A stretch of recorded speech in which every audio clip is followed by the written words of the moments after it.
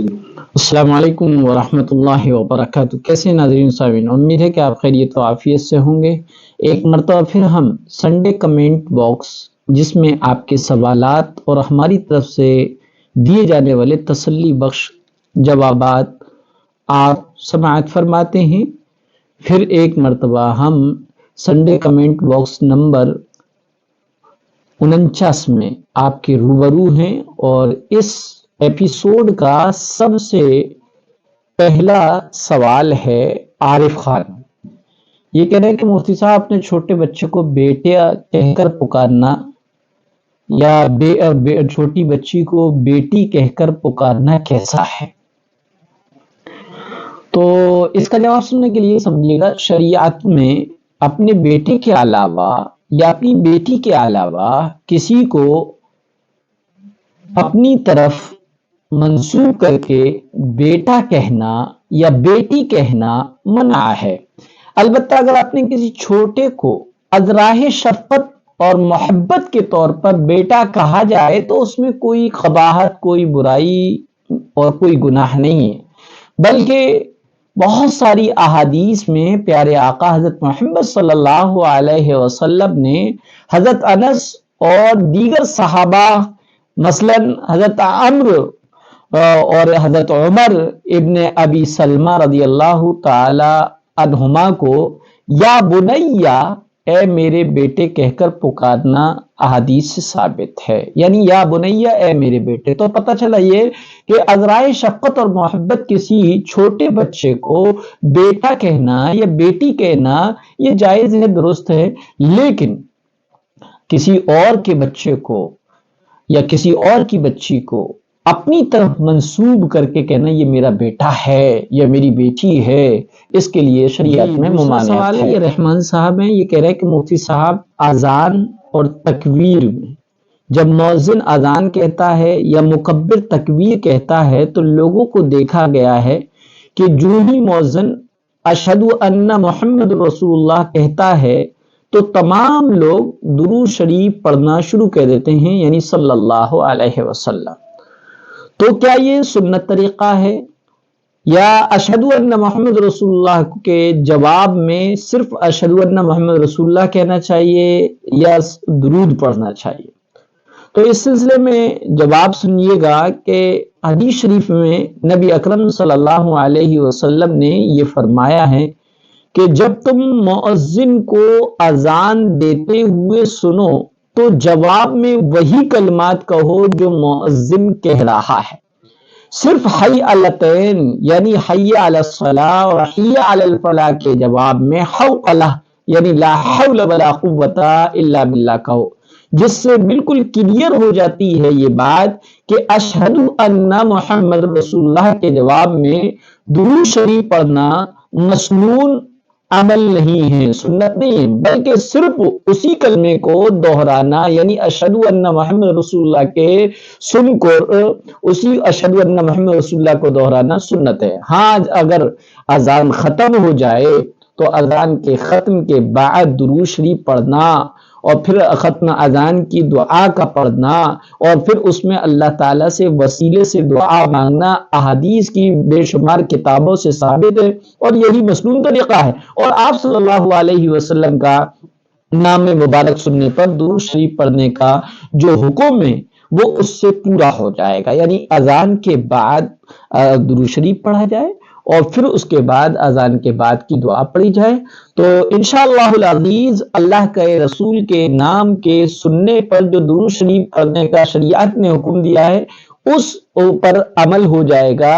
اذان کے بعد درود شریف پڑھنے پر۔ لیکن اذان اور تکبیر میں جب مکبر اور مؤذن اشہد ان محمد رسول اللہ کہے تو اشہد ان محمد رسول اللہ ہی کہنا چاہیے، صلی اللہ علیہ وسلم پڑھ کے درود نہیں پڑھنا چاہیے، کیونکہ یہ مسنون عمل نہیں۔ اگر کوئی پڑھ لے تو کوئی حرج کی بات نہیں، لیکن مسنون اور سنت عمل نہیں ہے۔ اسی طریقے سے بعض مساجد میں تمام مقتدی جب مکبر تکبیر کہہ رہا ہوتا ہے تو سارے خاموش کھڑے رہتے ہیں، جو ہی وہ جو کہتا ہے اشہدو ان محمد رسول اللہ، تو تمام مقتدی بآواز بلند یا آہستہ صلی اللہ علیہ وسلم کہتے ہیں۔ یہ بھی سنت کے خلاف عمل ہے، بلکہ ہونا تو یہ چاہیے کہ مکبر جو کلمات کہہ رہا ہے ان کلمات کو خود بھی آہستہ آہستہ دہرائے کہ مفتی صاحب انگوٹھی یا بریسلیٹ میں کوئی سا بھی پتھر جو ہے لگوا کر اس بریسلیٹ کو اور انگوٹھی کو یوز کیا جائے تو کیا قسمت بدل جاتی ہے؟ یعنی انگوٹھی کا پتھر استعمال کرنے سے انسان کے حالات درست ہو سکتے ہیں؟ تو جواب سنیے گا، انگوٹھی یا بریسلیٹ میں کسی خاص پتھر کا استعمال یا کسی خاص نگ کا استعمال اس یقین اور عقیدے کے ساتھ کرنا کہ یہ پتھر یا یہ نگ جانی یا مالی نفع و نقصان میں اثر انداز ہوگا، تو اس عقیدے کے ساتھ بریسلیٹ میں یا انگوٹھی میں کوئی بھی پتھر یا نگ پہننا حرام ہے، کیونکہ اللہ تعالی کے حکم کے بغیر صرف ایک پتھر، ایک نگینہ اپنے اندر کوئی اثر نہیں رکھتا ہے۔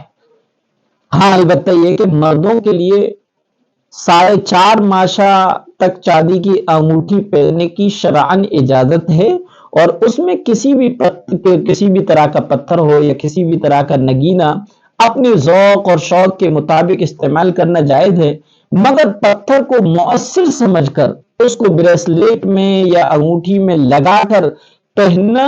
اور اس کو انگوٹھی یا بریسلیٹ کو استعمال کرنا جائز نہیں ہے۔ خان ہے، یہ کہیں السلام علیکم ورحمۃ اللہ وبرکاتہ مفتی صاحب۔ وعلیکم السلام ورحمۃ اللہ وبرکاتہ مفتی صاحب، کیا یہ صحیح ہے؟ انہوں نے ایک لنک بھیجا ہے، اس کو اوپن کرتے ہیں، دیکھتے ہیں کیا ہے، پھر اس کے بعد بتائیں گے کہ یہ صحیح ہے یا غلط ہے۔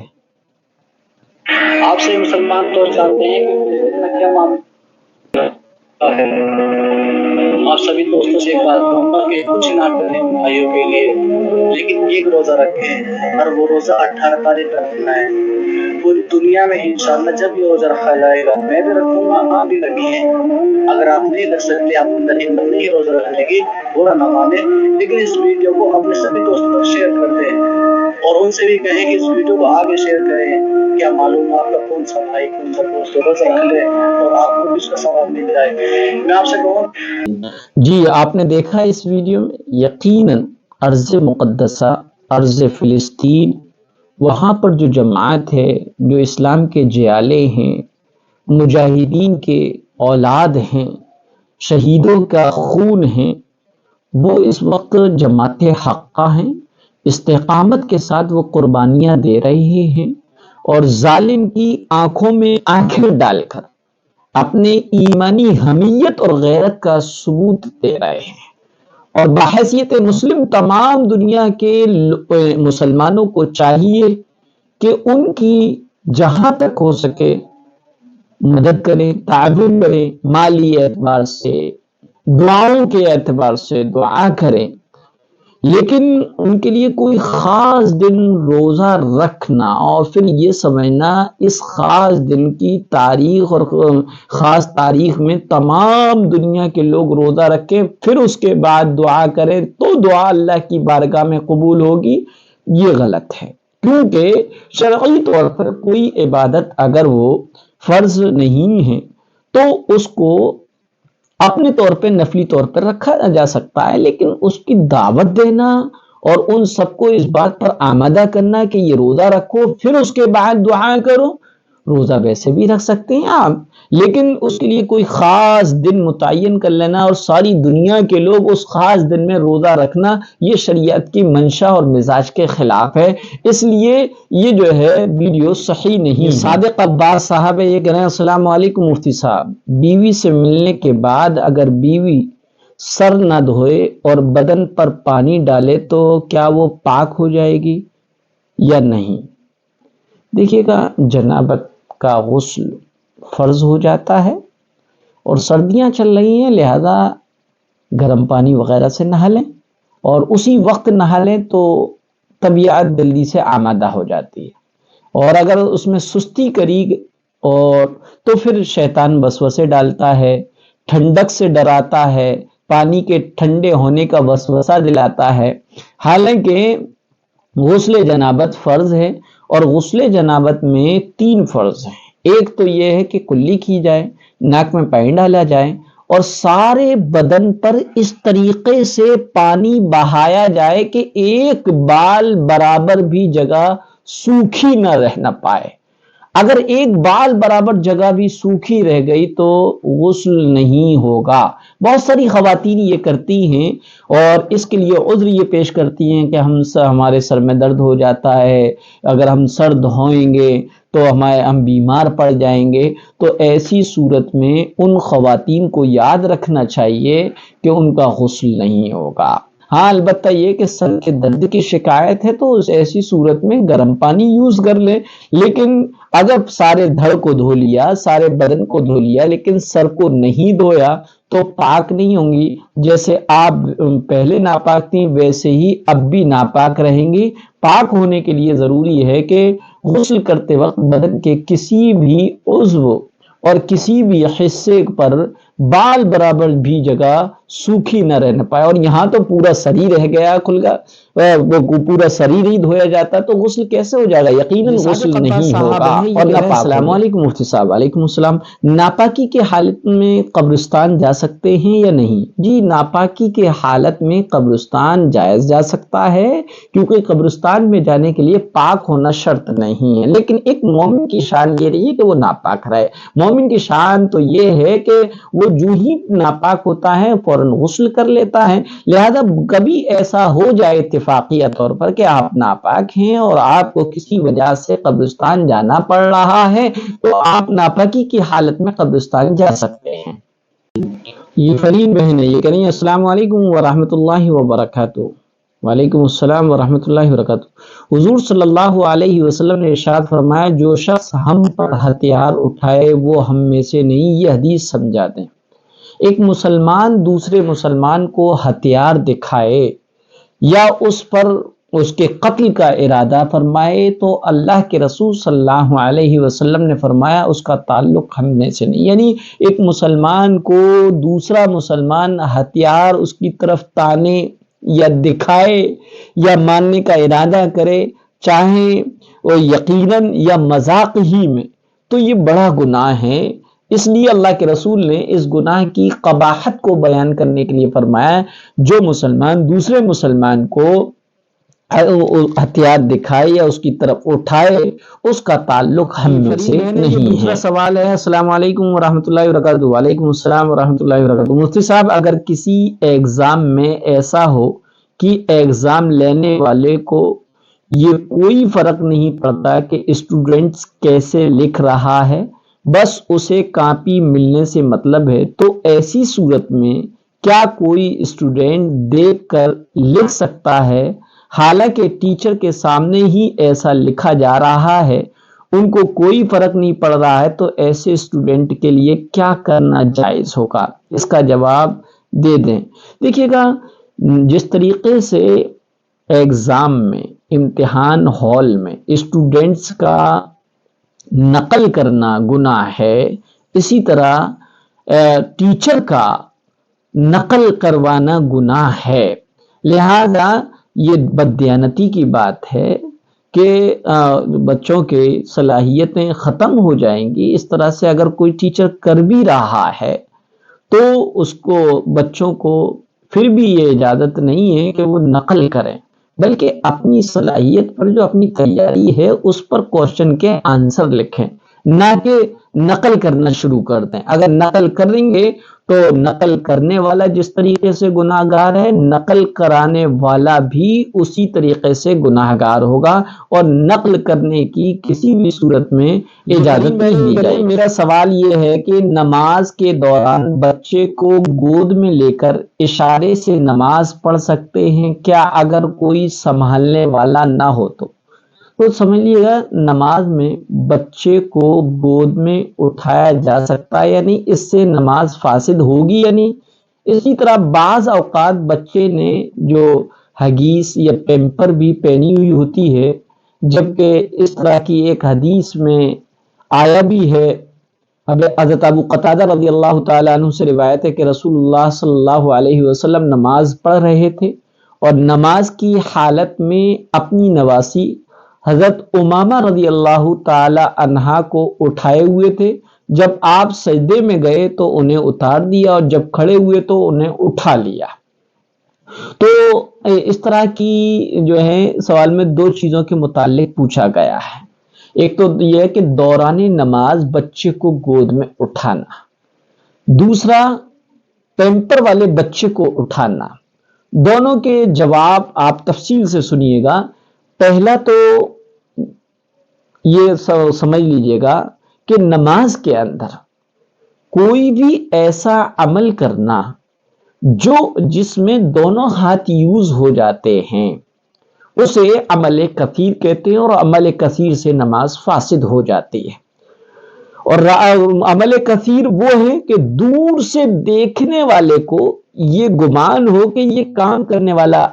بندہ ہے، نماز وغیرہ نہیں پڑھ رہا ہے۔ لہذا اگر دوران نماز بچے کو گود میں دونوں ہاتھوں سے اٹھایا تو یہ عمل کثیر ہے، اس سے نماز فاسد ہو جائے گی۔ البتہ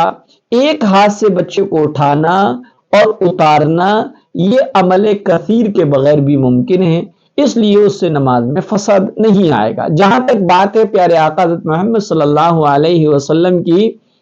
کہ آپ صلی اللہ علیہ وسلم نے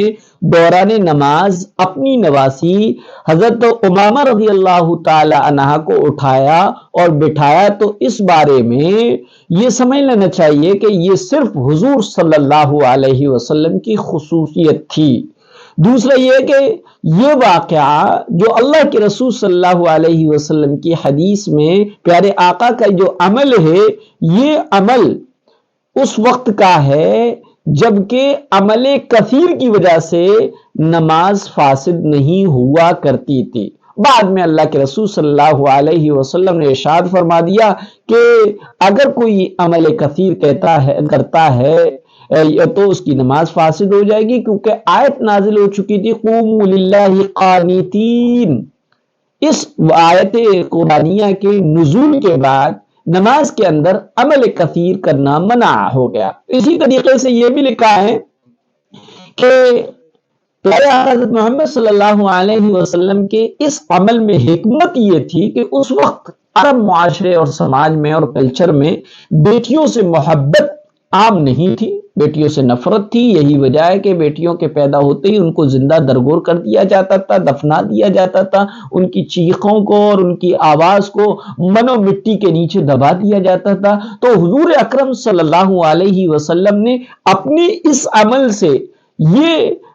پیغام دیا ہے کہ بیٹیاں اور بچیاں جو ہے قابل محبت ہیں، قابل عظمت ہیں، حتیٰ کہ نماز جیسے اہم فریضے میں بھی بیٹی کو گود میں اٹھا کر بیٹیوں سے محبت کا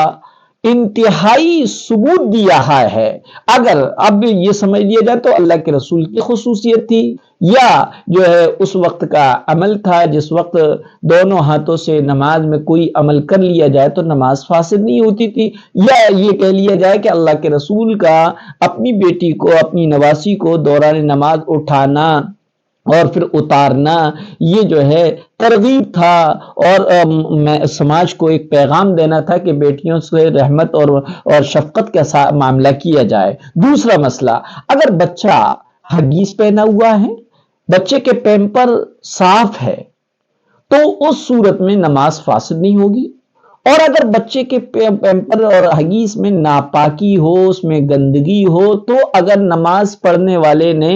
بچے کو خود اپنی طاقت سے اٹھا رکھا ہے تو نماز فاسد ہو جائے گی، اور اگر نماز پڑھنے والے نے نہیں بٹھایا اور بچہ خود اپنی طاقت سے نماز پڑھنے والی کے گود میں جا کر بیٹھ جاتا ہے تو اس صورت میں نماز فاسد نہیں ہوگی۔ ہاں، اس کی تیسری شکل یہ ہے کہ اگر کوئی بچہ ہے اور وہ رو رہا ہے، نماز کا وقت بالکل جا رہا ہے، اگر اس کو نماز کے وقت میں گنجائش ہے تو بچے کو بہلا کر، پھسلا کر، اس کو سلا کر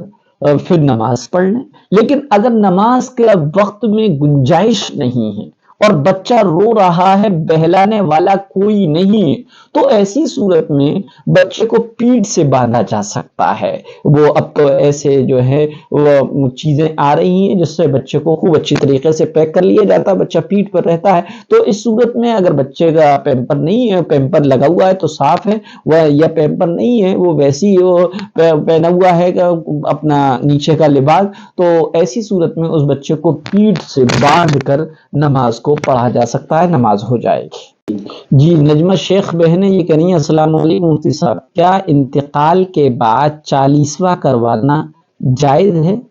کہ فقیروں کو کھانا کھلانا اور کچھ پیسے سامان وغیرہ دینا کیسا ہے؟ دیکھیے گا، شریعت میں ایصال ثواب ہے اور ایصال ثواب کرتے رہنا چاہیے۔ اپنے مرحومین رشتہ داروں کے لیے ایصال ثواب کر سکتے ہیں، اور ایصال ثواب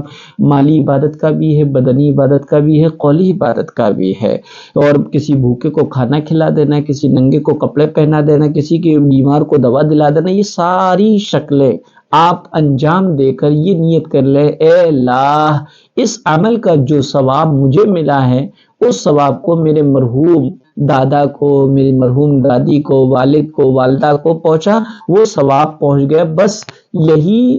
اصلیت اور حقیقت ہے دین اسلام میں ایصال ثواب کی۔ اس کے علاوہ جو لوگوں نے دن اور کھانا اور پکوان مخصوص کر لیے ہیں وہ شریعت میں زیادتی ہے۔ 40ویں دن ہی کیا ہے غریبوں کو کھانا کھلانا اور یا ان کو کپڑے دینا، اس سے پہلے بالکل بھی کتنا ہی ضرورت مند آ جائے اور کتنا ہی بھوکا بندہ آ جائے اس کو ہم نہیں دیتے ہیں، یا دیتے ہیں تو اس کو دینے پر جو ثواب ملتا ہے اس ثواب کو میت کو نہیں پہنچاتے ہیں، اور یہ سمجھتے ہیں کہ 40 دن کے بعد ہی ایصال ثواب 40ویں کے نام سے ہو سکتا ہے، اسی سے میت کو فائدہ پہنچے گا۔ یہ شریعت میں زیادتی ہے اور اپنے آپ کو مشکل میں ڈالنا ہے، ورنہ تو الدین یسر، دین تو بہت آسان ہے۔ لہذا کوئی بھی عمل زندگی میں جب بھی اللہ تعالیٰ آپ کو کرنے کی توفیق عطا فرما دے، اس عمل کو کرنے کے بعد آپ یہ نیت کر لیں، اے اللہ اس عمل کا مجھ کو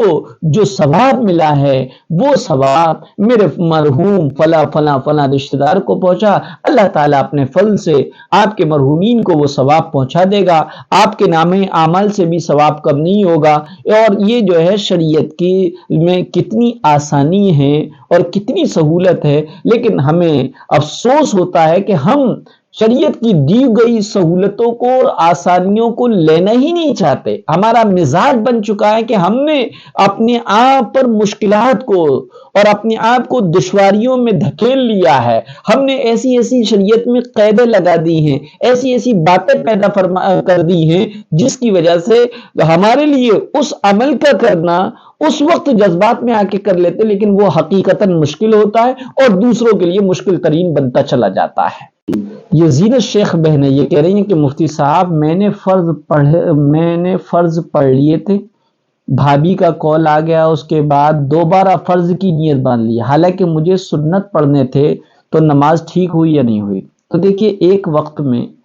ایک ہی فرض ہے، آپ نے ظہر پڑھ لیے تو وہ آپ کے ظہر ادا ہو گئے، پھر آپ کو سنتیں پڑھنی تھی لیکن آپ نے فرض کی نیت باندھ لی، تو اب بھی وہ سنت ہی ادا ہوں گے، فرض ادا نہیں ہوں گے، کیونکہ ایک وقت میں وقتیہ ایک ہی فرض ہے۔ اگر دوبارہ کسی نے نماز فرض کی نیت سے پڑھی بھی لی تب بھی وہ سنت اور نفل کے طور پر ادا ہوگی، فرض کے طور پہ ادا نہیں ہوگی، بہرحال نماز ہو جائے گی سنت ہی۔ اور یہ زینت شیخ بہن نے بھیجی ہے اور حدیث ہے، قالت کان النبی صلی اللہ علیہ وسلم یصلی من اللیل 13 رکعتا منها الوتر ورکعتا الفجر۔ حضرت عائشہ سے روایت ہے کہ انہوں نے فرمایا نبی اکرم صلی اللہ علیہ وسلم رات کو 13 رکعات پڑھتے تھے، ان میں وتر اور فجر کی 2 سنتیں بھی شامل ہوتی تھیں۔ تو یہ پوچھ رہی ہیں کہ مفتی صاحب اس حدیث کو سمجھا دیں اور یہ بتا دیں کہ وتر کی نماز فجر کی سنت ایک ساتھ پڑھ سکتے ہیں، یہ مطلب ہے؟ تو دیکھیے گا، وتر ان لوگوں کے لیے جن کا معمول تہجد میں اٹھنے کا ہے ان کے لیے بہتر ہے کہ وتر وہ تہجد میں پڑھیں، اور جو تہجد میں اٹھتے نہیں ہیں، نہ ہی ان کا معمول ہے، تو ان کے لیے بہتر اور افضل یہ ہے کہ وہ وتر پڑھ کر سوئے تاکہ ان کے وتر قضا نہ ہو، وتر پڑھ کر سو جائیں، اور پھر اگر اللہ تعالیٰ تہجد میں آنکھ کھلوا دے اور تہجد کی توفیق دے دے تو تہجد پڑھے جا سکتے ہیں، تہجد کے نفل پڑھ لیں آپ۔ اسی طریقے سے آخر میں اللہ کے رسول صلی اللہ علیہ وسلم کی اس حدیث میں یہ ہے کہ آپ تہجد میں رات کو 13 رکعت پڑھتے تھے، ان میں وتر اور فجر کی 2 سنتیں بھی شامل ہوتی تھیں۔ اس میں دراصل یہ بتایا گیا ہے کہ تہجد کم از کم 2 رکعت ہیں، زیادہ سے زیادہ 12 رکعت ہیں، 8 رکعت بھی ہیں، 4 رکعت بھی ہیں، جو موقع مل جائے اتنی جو ہے تہجد کی رکعتیں پڑھ لی جائے۔ جی یہ حمزہ خان ہے، ان کا کچھ آڈیو میں سوال ہے، اس کو سنتے ہیں پھر اس کے بعد جواب دیں گے۔ السلام علیکم ورحمۃ اللہ۔ مفتی صاحب میں یہ پوچھنا چاہ رہا تھا کہ الحمدللہ صدقہ وغیرہ جو ہے میں نکالتے بھی رہتا ہوں، اور جیسے کہ مال لینے جا رہا ہوں تو صدقہ نکال لیتا ہوں، اس کا نفع بھی دیکھتا ہوں اپنی آنکھوں سے تو فائدہ بھی ہوتا ہے۔ پر میں یہ بات کہنا چاہ رہا تھا کہ مالی اعتبار سے کہیں بھول چوک ہوتی ہے، وہ سمجھ میں آتی ہے، مگر ایک زندہ نقصان نظر آتا ہے، جیسے کہ جیب میں 3500 روپے رکھے اور پورا حساب معلوم کہیں خرچ نہیں کیے اور 3000 نکلتے ہیں، اور کبھی کیا کہتے ہیں گلے میں پورا حساب کتاب کے بعد کبھی 100-150 روپے یا کبھی 300 روپے۔ اچھا لڑکوں کا معاملہ ایسا، لڑکے میرے حساب کتاب میں ہاتھ ڈالتے نہیں ہیں، تو میں پوچھنا چاہ رہا تھا پھر کیا مسئلہ سمجھ میں نہیں آتا ہے، یہ آپ کوئی عمل بتا دیں۔ دیکھیے گا کہ اس طرح سے پیسوں کا غائب ہو جانا حدیث شریف سے ثابت ہے کہ شیاطین اور جنات، شریر جناتوں کی کبھی کبھی یہ حرکتیں ہوتی ہیں کہ وہ رکھے ہوئے پیسوں میں سے کچھ پیسوں کو غائب کر دیتے ہیں۔ یہی وجہ ہے کہ حدیث شریف میں پیارے آقا حضرت محمد صلی اللہ علیہ وسلم نے کسی صحابی کو، غالباً حضرت ابو ہریرہ تھے، ان کو غلے کی حفاظت کی ذمہ داری دے کر ان کو اس پہ معمور کر دیا، اور وہ حفاظت کر رہے تھے غلے کی۔ بیت المال کا غلہ تھا، لیکن ایک شخص انسانی شکل میں آیا اور ذرا کمر جھکا ہوا تھا اور کندھے پر بورا ٹنگا ہوا تھا، اس نے آ کے غلہ بھرنا شروع کیا اور پھر وہ چل دیا۔ حضرت ابو ہریرہ نے اس کو دیکھا اور پکڑ لیا اور کہا تو بدماش، تو چوری کر رہا ہے، تجھے اللہ کے رسول کے پاس لے جاؤں گا۔ وہ جو ہے دوبارہ اس نے بہت معافی تلافی کی اور دوبارہ نہ آنے کی قسم کھائی، اور یہ کہا کہ میں بہت مجبور ہوں، بے بس ہوں اور بہت ضرورت مند ہوں، اس لیے اس عمل کو میں نے کیا۔ لیکن دوسرے دن پھر وہ آیا اور اس نے پھر وہی حرکت کری، تیسرے دن بھی وہی حرکت کری، اور ادھر اللہ کے رسول صلی اللہ علیہ وسلم ان سے پوچھتے رہے صحابی رسول سے کیا معاملہ ہے۔ بہرحال تیسری دفعہ میں صحابی نے یہ تہیہ کر لیا کہ میں اس شخص کو، اس چور کو اللہ کے رسول کے پاس لے جا کر ہی مانوں گا۔ اس نے بہت منت سماجت کی اور کہا کہ مجھے تم جو ہے اللہ کے رسول کے پاس نہ لے جاؤ، میں تمہیں ایک عمل بتاتا ہوں، اگر تم وہ عمل کر لو گے تو انشاءاللہ العزیز کبھی بھی تم اپنے مال میں کبھی کوئی نقص اور کمی نہیں پاؤ گے، اور اللہ تعالیٰ اس کی حفاظت فرمائے گا۔ صحابی رسول چونکہ علم کے حریص تھے، اس لیے وہ کہا ٹھیک ہے بتاؤ۔ اس نے کہا جب تم کبھی اپنے مال کی حفاظت کے لیے پریشان ہو تو اپنے مالوں کی حفاظت آیت الکرسی پڑھ کے کیا کرو، کیونکہ جس مال کے اندر آیت الکرسی پڑھ لی جائے اللہ تعالیٰ اس کی محافظت فرماتا ہے فرشتوں کے ذریعے سے۔ چنانچہ صحابی رسول نے ان کو چھوڑ دیا اور اللہ کے رسول کے سامنے صبح پیش ہوئے وہ صحابی، اور انہوں نے کہا واقعہ پورا ذکر کیا تو اللہ کے رسول نے فرمایا وہ جھوٹا تھا، لیکن جو بات کہی ہے وہ بالکل سچ کہی ہے۔ تو کبھی کبھی ایسا ہوتا ہے رکھے ہوئے پیسے نکل جاتے، 100، 500، 1000 روپے کی کمی ہو جاتی ہے، اور اس کے باوجود کہ کسی نے چھوا بھی نہیں ہے اس کے، اور پھر بھی پیسے غائب ہو جاتے ہیں۔ تو عموماً جو ہے شرارت کرنے والے جو جنات ہوتے ہیں، شیاطین ہوتے ہیں ان کی یہ بدعملی ہوتی ہے اور ان کا یہ فعل ہوتا ہے، لہذا ان سے بچنے کے لیے ہم پیسے رکھیں تو آیت الکرسی پڑھ لیا کریں، یا پھر کم سے کم فی امان اللہ پڑھ لیا کریں۔ انشاءاللہ العظیم آپ کے آیت الکرسی کے پڑھ لینے یا فی امان اللہ کے کہہ لینے کی وجہ سے اللہ تعالیٰ اس میں شیاطین جنات کی خیانت نہیں ہونے دے گا اور ان کو اس سے محفوظ رکھے گا، آپ کا مال محفوظ رہے گا اور اللہ تعالیٰ اس کی محافظت فرمائے گا۔ السلام علیکم، یہ بنت آدم بہن ہے، وہ کہہ رہی ہیں وعلیکم السلام، یہ کہہ رہی ہیں عمرے کے مبارک سفر پہ ہیں اور یہ کہہ رہی ہیں کیا اگر میں حرم میں ہوں اور نماز کا وقت ہو جائے، جماعت کھڑی ہو جائے تو میں امام کے پیچھے نماز پڑھوں یا اپنے روم میں جا کر الگ سے پڑھوں یا وہیں پر رہتے ہوئے الگ سے پڑھوں؟ تو دیکھیے گا، حج یا عمرے پر جو خواتین جاتی ہیں تو حرم شریف میں اور مسجد نبوی میں بہتر یہ ہے کہ خواتین اپنے روم ہوٹل کے کمروں میں پڑھا کریں نماز، لیکن اگر یہ حرم شریف میں پڑھ لیں یا مسجد نبوی میں پڑھ لیں تو نماز ہو جائے گی۔ لیکن اگر ایسی سچویشن ہے کہ آپ حرم میں ہیں اور نماز کا وقت ہو جائے، جماعت کھڑی ہو جائے، تو اب آپ کو اسی امام کے پیچھے نیت باندھنی ہے اور اس خاص حصے میں چلے جائیے جو خواتین کی نماز کے لیے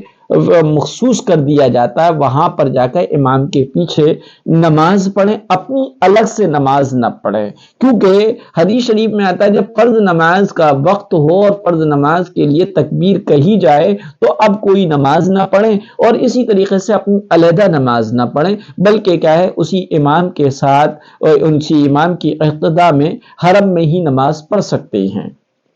یہ بنت آدم بہن ہے، یہ پوچھ رہی ہیں کیا احرام کے اوپر جو چپکانے والا اسٹیکر جیسے ہم سیفٹی پن کی جگہ اسے یوز کرتے ہیں، ایسا احرام جو اسٹیکر چپکانے والا ہو اس کو چپکا لیا جاتا ہے، تو ایسا احرام پہننا جائز ہے یا نہیں؟ دیکھیے گا، ایسا احرام جس میں سیفٹی پن ہو یا چپکانے والا ہو وہ پہن لیا جائے تو درست ہے، لیکن علماء نے بہتر نہیں کہا ہے، بلکہ مرد جو ہے احرام میں 2 ایسی چادر لیں جو سلی ہوئی نہ ہو اور اس کو کیا ہے اچھی طریقے سے فولڈ کر لیا جائے اور بدن پہ ڈال لیا جائے۔ اگر کوئی احرام ایسا ہے جس میں چپکانے والا اسٹیکر لگا ہے، اس احرام کو پہن لیا جائے تو کوئی حرج کی بات نہیں، پہن سکتے ہیں، لیکن علماء نے اس کو بہتر نہیں قرار دیا ہے۔ یہ کہہ رہی ہیں کہ بنت آدم بہن ہیں کہ آپ یہ بتائیے کہ ہم حرم میں ہیں اور یہاں عصر کی نماز شافعی المسلک کے وقت پر ہوتی ہے، تو کیا ہم امام کے پیچھے عصر کی نماز حرم کے امام کے پیچھے پڑھیں تو ہماری عصر کی نماز ہو جائے گی یا نہیں؟ تو اس سلسلے میں سمجھا جائے کہ مسجد حرام اور مسجد نبوی میں نماز پڑھنے کی احادیث میں خاص فضیلتیں آئی ہیں، اس لیے حرمین شریفین میں جو عصر کا وقت جو پہلے شروع ہو جاتا ہے، شافعی المسلک میں مثل اول کے بعد ہی عصر کی نماز بجماعت پڑھنے کی گنجائش ہے، لہذا کوئی حنفی مقتدی حرمین شریفین میں امام کے پیچھے اول وقت میں مثل اول میں نماز عصر ادا کر لے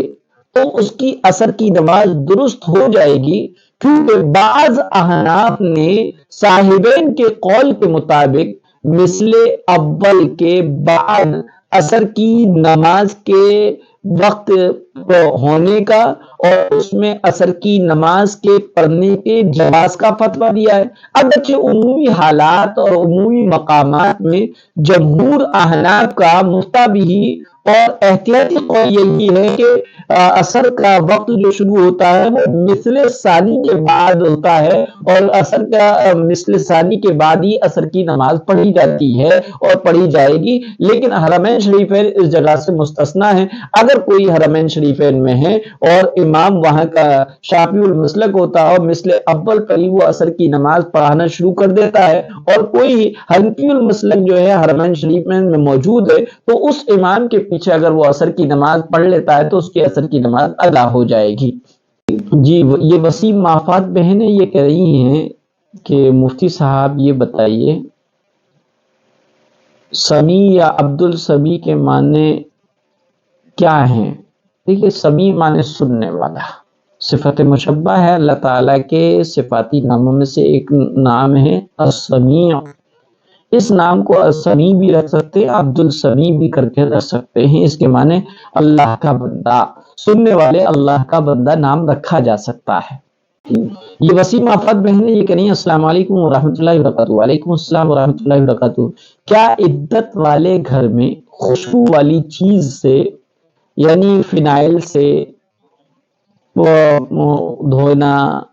یا اور کسی مچھر وغیرہ کے لیے کوئی اور الاؤڈ وغیرہ نہیں لگا سکتے؟ یعنی مرنے کی عدت میں عورت کے گھر میں کوئی چیز خوشبو والی استعمال نہیں کر سکتے؟ ایسا کچھ بھی نہیں ہے بھائی، جو ہے عدت میں بیٹھی ہوئی خاتون کے لیے شریعت یہ کہتی ہے کہ وہ خوشبو استعمال نہ کرے، لیکن اگر اس گھر میں دوسرا بندہ خوشبو لگا کر پہنچ جائے یا دوسرے بندے خوشبو لگائیں یا خود گھر میں فنائل وغیرہ کا پوچھا لگایا جائے یا الاؤڈ وغیرہ لگایا جائے یا ایسے لوشن وغیرہ رکھ لیے جائیں جو روم اسپرے وغیرہ ہیں جو خوشبو کا ماحول بناتے ہیں، تو ایسی صورت میں یہ کیا جا سکتا۔ بس منع ہے تو معتدہ عدت میں بیٹھی ہوئی خاتون کو خوشبو کا استعمال منع بتایا گیا ہے، نہ کہ عدت میں بیٹھی ہوئی خاتون کے گھر میں خوشبو لانے یا لگانے یا ہونے کے لیے کوئی ممانعت شریعت میں نہیں ہے۔ اس لیے گھر کے دوسرے افراد معتدہ کے علاوہ دوسرے افراد خوشبو لگا سکتے ہیں۔ گھر میں بھی اگر خوشبو کی ضرورت پڑے یا تو گھر میں خوشبو کو استعمال کیا جا سکتا ہے، کوئی حرج کی بات نہیں۔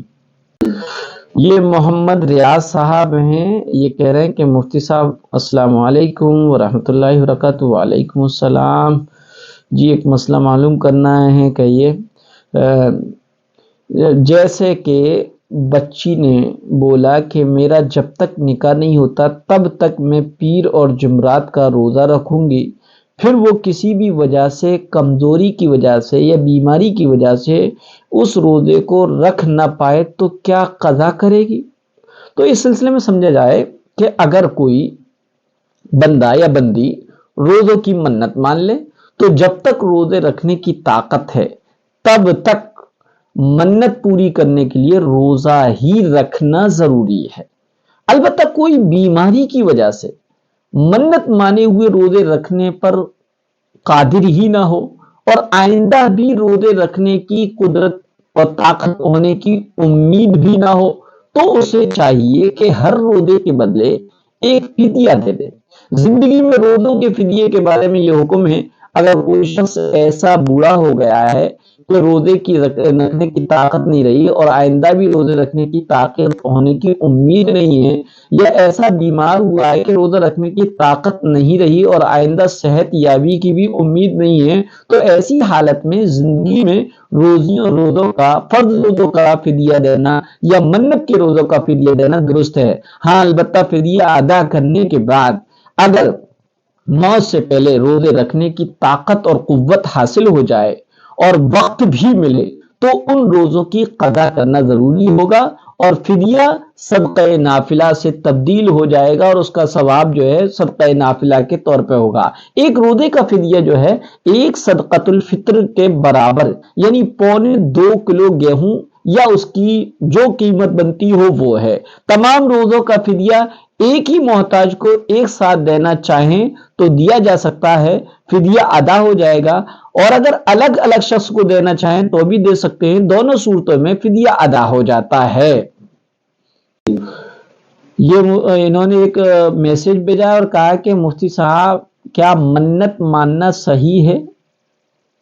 نظر یا منت مان سکتے ہیں؟ کیونکہ میری نظر سے یہ گزرا ہے کہ اگر آپ کسی چیز کو واجب کر لیتے ہیں تو اس واجب کر لینے والی چیز کو نظر ماننا یا منت ماننا کہلاتا ہے۔ یہ نظر کبھی تو مطلق ہوتی ہے، جیسے میں یہ منت مانتا ہوں، یہ نظر مانتا ہوں کہ روزانہ 50 رکعت نفل پڑھوں گا، یا میں اللہ تعالیٰ سے یہ عہد کرتا ہوں یا کرتی ہوں کہ ہر مہینے 10 دن کا روزہ رکھوں گا یا رکھوں گی۔ شرعی طور پر ایسی نظر ماننا پسندیدہ اگرچہ نہیں ہے، لیکن اگر نظر مان لی گئی ہے تو اس کا پورا کرنا فرض اور واجب ہے۔ یہ نظر ناپسندیدہ اس لیے ہے کہ بندے نے اپنے اوپر ایک ایسی چیز کو واجب کر لیا جو اس پر شرعی طور پر واجب نہیں تھی، اور بہت ممکن ہے کہ اس کی ادائیگی سے وہ عاجز آ جائے۔ نظر کی دوسری صورت یہ بھی ہوتی ہے کہ کبھی کسی سبب کے ساتھ جو ہے معلق کی جاتی ہے، جیسے اگر میرا بچہ شفا یاب ہو گیا، میں امتحان میں کامیاب ہو گیا تو اللہ کے لیے ایک بکرا ذبح کروں گا۔ یہ نظر پہلی صورت سے بھی زیادہ ناپسندیدہ ہے، کیونکہ نبی اکرم صلی اللہ علیہ وسلم نے اس سے منع فرمایا۔ نظر نہ مانو، اس لیے کہ نظر تقدیر سے کسی چیز کو دور نہیں کرتی ہے سوائے اس کے کہ نظر کی وجہ سے بخیل کچھ مال خرچ کر دیتا ہے۔ دیکھیے یہ اپنی جگہ حدیث صحیح ہے، لیکن شرعی طور پر شریعت میں منت ماننا جائز ہے، اور منت کے پورا کرنا اور لازم ہونے کے لیے ضروری ہے کہ نمبر 1 منت اللہ رب العزت کے نام کی مانی جائے، لہذا غیر اللہ کے نام کی منت ماننا صحیح نہیں ہے، جائز نہیں ہے۔ نمبر 2 منت صرف عبادت کے کام کے لیے ہو، جو کام عبادت نہیں ہے اس کی منت ماننا بھی صحیح نہیں ہے۔ نمبر 3 وہ عبادت ایسی ہو جس کی منت مانی گئی ہو کہ اس طرح کی عبادت کبھی فرض یا واجب ہوتی ہو، جیسے نماز ہے، روزہ ہے، حج ہے، قربانی وغیرہ ہے، بس ایسی عبادت کی کہ جس کی کوالٹی شریعت میں فرض یا واجب نہیں ہوتی ہے تو اس کی منت بھی صحیح نہیں ہے۔ اسی طرح جو عبادت پہلے سے فرض ہے، مثلا 5 وقتہ نمازیں ہیں، اسی طریقے سے صاحب نصاب مالدار پر زکوٰۃ کا فرض ہونا ہے، رمضان کا روزہ ہے، صاحب استطاعت کے لیے حج کرنا ہے، اس کی منت ماننا اور نظر ماننا صحیح نہیں ہے، کیونکہ یہ پہلے سے ہی فرض ہے، یہ تو کرنا ہی کرنا ہے۔ لہذا منت کا حکم یہ ہے کہ جس کام کے ہونے پر منت اور نظر مانی گئی ہے اور وہ کام پورا ہو جائے تو ایسی صورت میں اس منت کا پورا کرنا واجب ہو جاتا ہے۔ جی محمد جاوید صاحب ہے، یہ کہہ رہا ہے السلام علیکم مفتی صاحب۔ وعلیکم السلام۔ میرے بھائی کے گھر میں بچے کی ولادت ہوئی ہے، وہ چاہتے ہیں کہ آپ اس کا کوئی نام تجویز کریں۔ لمعان نام رکھ دیجئے گا، لمعان کے معنی چمکدار، حنان رکھ دیجئے، اللہ کے صفاتی ناموں میں سے ایک نام ہے۔ اذہان رکھ دیجئے، عقل مند۔ ہاں یہ نام ہو گئے۔ پھر یہ پوچھ رہے ہیں کہ مفتی صاحب ایک مسئلہ اور بھی ہے، کیا ولادت سے پہلے رکھا گیا نام ہی رکھا جانا لازمی ہے؟ نہیں، دیکھیے ولادت سے پہلے ایسا ہوتا ہے کہ ماں باپ جو ہے بچے کے آنے پر اور 5ویں 6 مہینے میں یہ گفتگو کرتے ہیں، ہم اپنے بیٹے کا یہ نام رکھیں گے، بیٹا ہوگا تو یہ نام رکھیں گے، بیٹی ہوگی تو یہ نام رکھیں گے۔ ماں الگ سے سوچتی ہے، باپ الگ سے سوچتا ہے، پھوپھیاں الگ سے سوچتی ہیں، خالائیں الگ سے، نانی الگ، دادی الگ، سب اپنے اپنے نام سوچ کر رکھ لیتے ہیں۔ اور کبھی کبھی ایسا ہوتا ہے کہ سوچے سب لڑکوں کے اور ہو گیا لڑکی، تو اب لڑکی کے لیے نام پوچھا جاتا ہے، یا کبھی کبھی سب نے لڑکیوں کے نام سوچے لیکن اللہ کا کرم یہ ہوا کہ وہ لڑکا ہو گیا۔ تو بہرحال یہ ہے کہ اگر کوئی ایسا مسئلہ ہے کہ جو پہلے سے کوئی نام سوچ رکھا تھا، بعد میں اس نام کے علاوہ دوسرا نام بچے کی پیدائش پر رکھنا چاہیں تو بالکل رکھ سکتے ہیں، یا کوئی نام ایسا ہے جو بچے کی پیدائش سے پہلے سوچا تھا لیکن اس کے معنی کسی عالم سے پوچھے تو وہ صحیح نہیں تھے تو اس کو تبدیل کیا جا سکتا ہے، یا بچے کا نام رکھ بھی دیا اور رکھنے کے بعد اور کسی طریقے سے پتہ چلا کہ بچے کا نام صحیح نہیں ہے تو اس کا نام تبدیل بھی کیا جا سکتا ہے، کیونکہ اللہ کے رسول صلی اللہ علیہ وسلم نے بہت سارے صحابہ اور صحابیات کے نام بھی صرف اس وجہ سے بدلے کہ ان کے نام کے معنی صحیح نہیں تھے۔ یہ ایک صاحب ہیں، ان کا نام نہیں آ رہا، یہ کہہ رہے ہیں السلام علیکم مفتی صاحب۔ وعلیکم السلام۔ ایک سوال ہے، گورنمنٹ بینک کی جاب کرنا کیسا ہے؟ ابھی ارادہ ہی کیا ہے اور اس سے ملنے والی سیلری کیسی ہوگی، درست ہوگی یا نہیں، جواب عنایت فرما دیں۔ دیکھیے گا، بینک میں کیشیئر ہو یا کسی بھی قسم کی نوکری کرنا جائز نہیں ہے، کیونکہ بینک کا جو سسٹم ہے، بینک کا جو مدار ہے وہ انٹرسٹ اور سودی سسٹم پر ہے، لون کے سسٹم پر ہے، اور سود کا لینا، بیاج کا لینا دینا، لکھنا اور اس میں گواہ بننا سب ناجائز اور حرام ہے۔ اور بینک ملازم سود لینے یا دینے یا لکھنے کے کام میں مصروف ضرور ہوتے ہیں، کہیں نہ کہیں وہ انوالو ہوتے ہیں، یا کم سے کم ان کاموں میں وہ معاون ہوتے ہیں، اور یہ سب ناجائز اور حرام ہے۔ لہذا بینک میں کیشیئر کی نوکری کرنا شرعاً ناجائز اور حرام ہے، یہ بھی سود کے گناہ میں شامل ہے، اور قرآن کریم میں آیا لا تعاونوا علی الاثم والعدوان واتقوا اللہ ان اللہ شدید العقاب، اور گناہ و زیادتی میں ایک دوسرے کی اعانت اور مدد نہ کرو اور اللہ تعالیٰ سے ڈرتے رہو، بلا شبہ اللہ تعالیٰ سخت سزا دینے والا ہے۔ اسی طریقے سے حدیث شریف میں آتا ہے کہ رسول اللہ صلی اللہ علیہ وسلم نے فرمایا لعن رسول اللہ صلی اللہ علیہ وسلم الراشی والمرتشی، کہ اللہ کے رسول نے سود کھانے والے اور سود کھلانے والے اور سود لکھنے والے اور سود کے گواہوں پر لعنت فرمائی، اور یہ سب جو ہے گناہوں میں برابر ہیں۔ لہذا اب یہ تو آپ نے ارادہ ہی کیا ہے، اس لیے ارادہ آپ نے جو کیا اس کو چینج کر دیں، دوسری حلال روزگار کو اور حلال نوکری اور ملازمت کو ڈھونڈیں۔ ہاں البتہ رہا یہ بات کہ اس سے ملنے والی سیلری کیسی ہوگی، درست ہوگی یا نہیں ہوگی، اس کا تو سوال ہی نہیں ہے، کیونکہ آپ نے صرف ارادہ کیا، آپ بینک میں نوکری نہیں کر رہے۔ اگر کوئی بندہ بینک میں نوکری کر رہا ہے اور اس وقت وہ جو ہے اس کو معلوم نہیں تھا کہ بینک کی نوکری جائز ہے یا نہیں، بس انجانے میں ناواقفیت میں اس نے بینک کی ملازمت اختیار کر لی، لیکن بعد میں پتہ چلا کہ بینک کا جو سسٹم ہے وہ سارا سود اور بیاج پر ہوتا ہے، اس لیے بینک کی ملازمت تو جائز نہیں ہے، تو ایسی صورت میں شریعت یہ کہے گی کہ وہ بینک کی پریزنٹ میں جو ملازمت اور نوکری کر رہا ہے وہ کرتا رہے، اور ساتھ ساتھ دوسری جو ہے ملازمت کو تلاش کرتا رہے۔ جو ہی دوسری حلال ذرائع سے جو ہے اس کی معاش کا انتظام ہو جائے تو فوراً وہ بینک کی نوکری کو چھوڑ دے، اور جب تک دوسری حلال ذریعہ معاش اس کو نہیں ملتا ہے تب تک اس کے لیے بینک کی جو نوکری ہے اور اس سے ملنے والی سیلری ہے وہ اس کے لیے جائز ہو گئی۔ یہ جب ہے جبکہ اس کو معلوم نہیں تھا، لیکن معلوم ہو جانے کے بعد اگر اس نے جو ہے بینک کی نوکری کو کنٹینیو رکھا اور پھر اس سے ملنے والی سیلری ہے وہ ناجائز ہوگی۔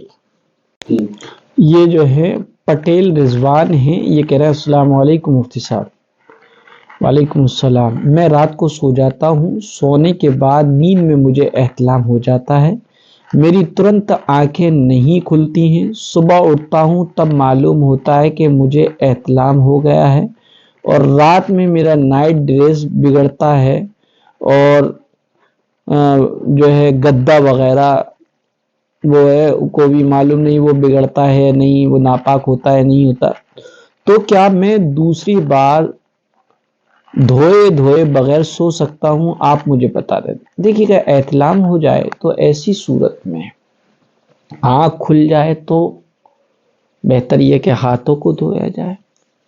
اور ہاتھوں کو تو سو کر اٹھنے کے بعد دھونا لازمی ہے، ضروری ہے، اس میں بہت ساری حکمت ہے اور بہت سارے فوائد ہیں، وہیں پر یہ سنت عمل بھی ہے، اور اللہ کے رسول صلی اللہ علیہ وسلم نے اس کا ریزن بھی بتایا، جب تم میں سے کوئی سو کر اٹھے تو اپنے ہاتھوں کو دھوئے، کیونکہ اس کو نہیں معلوم سوتے ہوئے میں نیند کی حالت میں اس کے ہاتھ نے کہاں کہاں کا سفر کیا ہے، کہاں کہاں وہ گئے ہیں اور کہاں کہاں وہ لگا، ناک میں، یہاں وہاں کھجلانے میں، یا ہو سکتا ہے کہ احتلام جس وقت ہو رہا تھا اس وقت جو ہے وہیں پر ہاتھ لگ گیا اور منی بنی کے جو ہے اس پہ لگ کر سوکھ گئی ہو، اس لیے ہاتھوں کو دھو لینا چاہیے۔ ہاں البتہ یہ ہے کہ اگر احتلام ہو جانے کے بعد احتلام اور منی کے قطرات اگر گدے پہ لگ گئے، چادر پہ لگ گئے، کپڑوں پہ لگ گئے، نائٹ ڈریس پہ لگ گئے تو ساری چیزیں ناپاک ہو جائے گی۔ البتہ یہ کہ آنکھ کھل گئی ہے تو ایسی صورت میں آپ استنجا لیجئے گا، استنجا لینے کے بعد خوب اچھی اپنی شرمگاہ کو دھوئیے گا اور اپنے کپڑوں کو چینج کر لیجئے اور پھر سو جائیے اور نہانے صبح نہا لیجئے گا۔ لیکن اگر آنکھ نہیں کھلتی تو چونکہ ایک مجبوری ہے، صبح ہی آنکھ کھلتی ہے، تو جب بھی آنکھ کھلے تو آپ کے جو کپڑوں پہ منی کے قطرے لگ گئے ہیں، منی لگ گئی ہے، وہ کپڑے ناپاک ہو جائیں گے اور آپ جو ہے صبح اٹھ کر جو ہے اپنے ہاتھ وغیرہ دھو کر غسل کر لیجئے گا۔ لیکن ضروری نہیں کہ رات میں جس وقت احتلام ہو جائے اس وقت ہی نہانا ضروری ہے یا اس وقت کم سے کم شرمگاہ کو دھونا ضروری ہے۔ بہتر یہ ہے کہ کم از کم اگر آنکھ کھل جائے تو ہاتھ واتھ دھو کر استنجا لے کر وضو کر کے لیٹ جائے، اور اگر نہیں بھی نہ ہاتھ دھوئے، نہ وضو کیا، نہ استنجا کیا، بس جو ہے احتلام ہوا اور آنکھ کھلی اور پتہ بھی لگ گیا ہاں مجھے احتلام اور نائٹ فیل ہو گیا ہے، اس کے بعد جو ہے یوں ہی سو گئے تو کوئی حرج کی بات نہیں، کوئی گناہ کی بات نہیں۔ یہ عذرا ہیں، یہ کچھ پوچھ رہی ہیں، اس کو آڈیو میں پھر سنتے ہیں پھر جواب دیں گے۔ ہم پرسوں سے ناموں کی لسٹ کا انتظار کر رہے ہیں، آپ نے ابھی تک نام نہیں بھیجے۔ جی یہ کہہ رہی ہیں کہ نام بتا دیجئے، میرے پہلے بیٹے کا نام حماد ہے، اب دوسرا بیٹا بھی اللہ تعالیٰ نے مجھے دیا ہے، آپ اس بیٹے کا کوئی نام تجویز کر دیں۔ ٹھیک ہے بھائی، آپ اپنے بیٹے کا نام، دوسرے بیٹے کا نام حمران رکھ دیں۔ حمران کے معنی آتے ہیں خوبصورت، ایک صحابی کا نام ہے۔ اسی طریقے سے وردان بھی رکھ سکتے ہیں، وردان بھی ایک صحابی کا نام ہے، اور اسی طریقے سے لمدان بھی رکھ سکتے ہیں، باادب عاجزی کرنے والا۔ اسی طرح غسان بھی رکھ سکتے ہیں، غسان ایک صحابی کا نام ہے۔ زیان رکھ سکتے ہیں، زیان چودھویں کے چاند کو اور چمکدار کو کہتے ہیں۔ تو مولانا تنویر صاحب ہے، یہ کہہ رہے ہیں السلام علیکم ورحمۃ اللہ وبرکاتہ، حضرت ایک مسئلہ معلوم کرنا تھا۔ مسئلہ یہ کہ امام 4 رکعت والی نماز پڑھا رہے ہیں،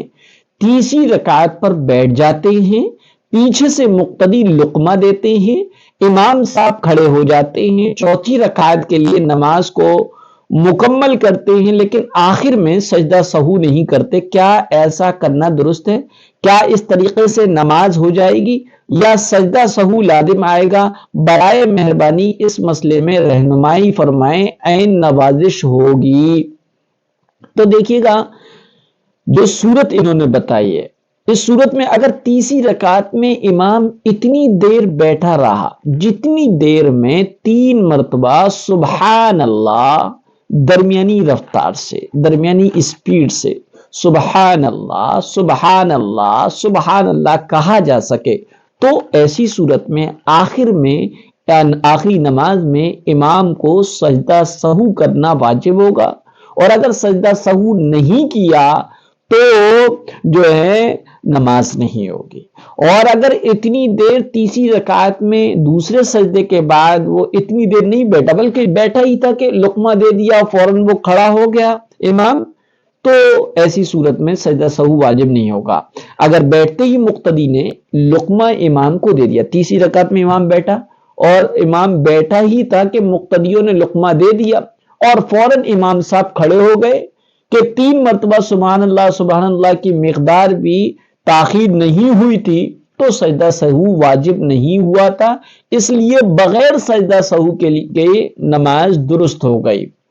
بھول سے اگر تیسری رکعت پر کوئی بیٹھ جائے تو یہ حکم نہیں ہے کہ تشہد پڑھ کے کھڑا ہو کر چوتھی رکعت پوری کی جائے اور پھر سجدہ سہو کیا جائے، بلکہ حکم یہ ہے کہ یاد آنے پر فوراً کھڑا ہو جائے، پھر اگر 3 دفعہ سبحان اللہ کی مقدار تاخیر ہوئی ہے